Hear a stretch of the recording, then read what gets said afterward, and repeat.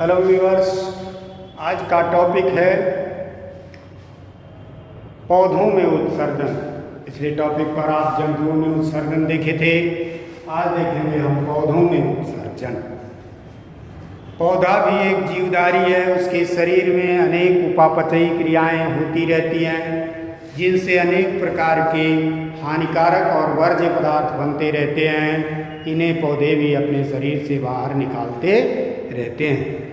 पौधों में उत्सर्जन, पौधे समय समय पर अपनी पत्तियां गिराते रहते हैं, अपने छाल गिराते रहते हैं, जिससे खनिज पदार्थों का उत्सर्जन हो जाता है।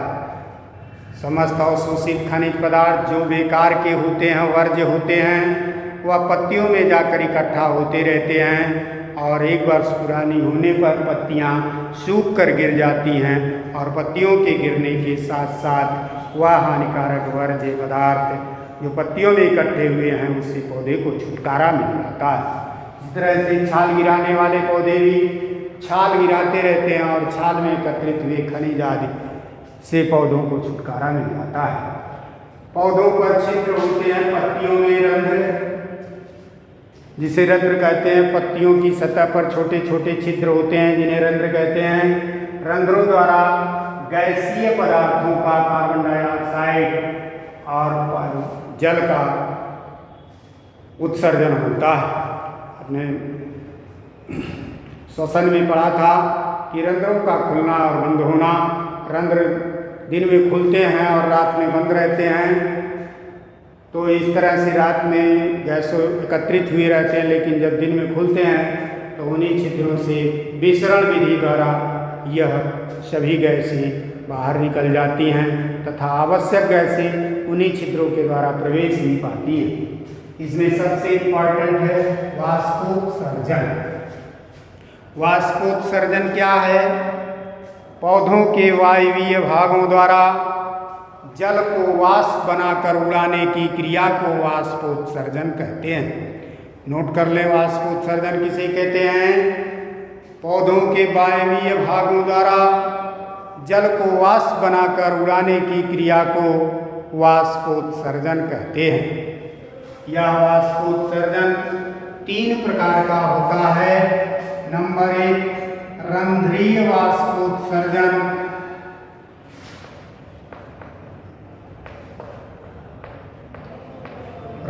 Stomatal transpiration. पौधों के पत्तियों के छोटे छोटे छिद्र रंध्र कहलाते हैं। जब यह रंध्र खुलते हैं तो जल वाष्प बनकर के वायुमंडल में मुक्त होता रहता है। इसी क्रिया को रंध्रीय वाष्पोत्सर्जन कहते हैं। अर्थात रंध्रों द्वारा होने वाला वाष्पोत्सर्जन रंध्रीय वाष्पोत्सर्जन कहलाता है। यह लगभग 90% वाष्पोत्सर्जन रंध्रों, 90 से 92% वाष्पोत्सर्जन रंध्रों द्वारा होता है। दूसरा, वातरंध्रीय वाष्पोत्सर्जन। वातरंध्रीय वाष्पोत्सर्जन जो लगभग 3 से 5% होता है, 7% तक होता है। पुराने तनों पर छोटे छोटे छालों के बीच में छिद्र होते हैं जिन्हें वातरंध्र कहते हैं। वातरंध्र का चित्र आपने बनाया, जिन्हें वातरंध्र कहते हैं। इन वातरंध्रों से होने वाला वाष्पोत्सर्जन वातरंध्रीय वाष्पोत्सर्जन कहलाता है, जो लगभग 8% होता है। 8% होता है। तीसरा, उपत्वचीय वाष्पोत्सर्जन।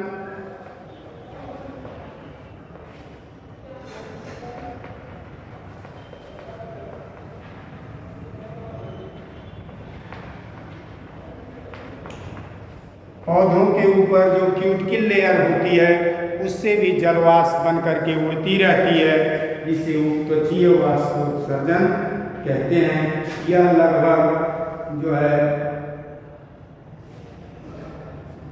3% होता है।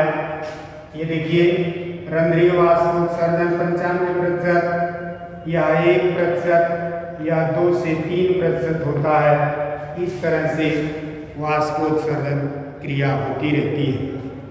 वाष्पोत्सर्जन का महत्व, वाष्पोत्सर्जन का महत्व बच्चों, कर्टिस नामक वैज्ञानिक ने बताया था, कर्टिस ने बताया था कि वाष्पोत्सर्जन एक अनिवार्य बुराई है। वाष्पोत्सर्जन एक अनिवार्य बुराई है, अनिवार्य भी है और बुराई है। बुराई क्यों है? क्योंकि ये बिना अनावश्यक रूप से जल की बहुत बड़ी मात्रा को वाष्पित करके उड़ाता रहता है, जिसे जड़ों को अवशोषित करके पूरा करना पड़ता है। अनिवार्य क्यों है? यह निम्नलिखित महत्व के कारण अनिवार्य है। नंबर 1, अतिरिक्त जल का निस्तारण होता है।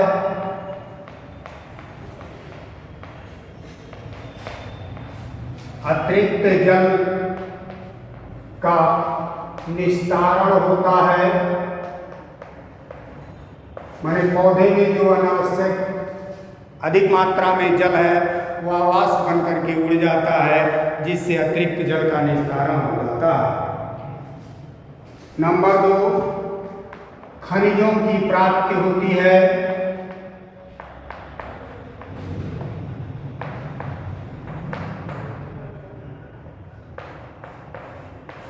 जब यह वाष्पोत्सर्जन करता है तो वाष्पोत्सर्जनाकर्षण बल, चुसाव बल उत्पन्न होता है, जिससे जड़ें अवशोषण करती हैं और उस अवशोषण के साथ खनिज पत्तियों तक पहुंच जाता है। इस तरह से खनिजों की प्राप्ति होती है और रसारोहण व अवशोषण होता है। रसारोहण व अवशोषण होता है। जब ये वाष्पोत्सर्जन करते हैं तो इसके खिंचाव से वाष्पोत्सर्जनाकर्षण बल उत्पन्न होता है। इसकी बल के द्वारा पौधों में जड़ों द्वारा अवशोषित जल पत्तियों तक पहुंचता है, जिस क्रिया को अवशोषण कहते हैं। इस तरह से चौथा पॉइंट है ताप का नियमन।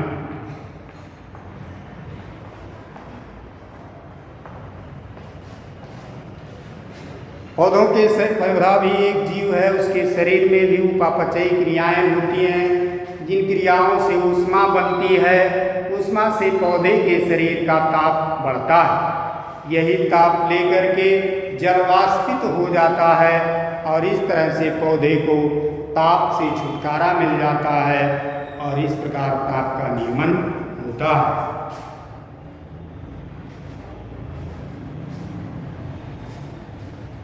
जल पदार्थों का वितरण, पदार्थों का वितरण।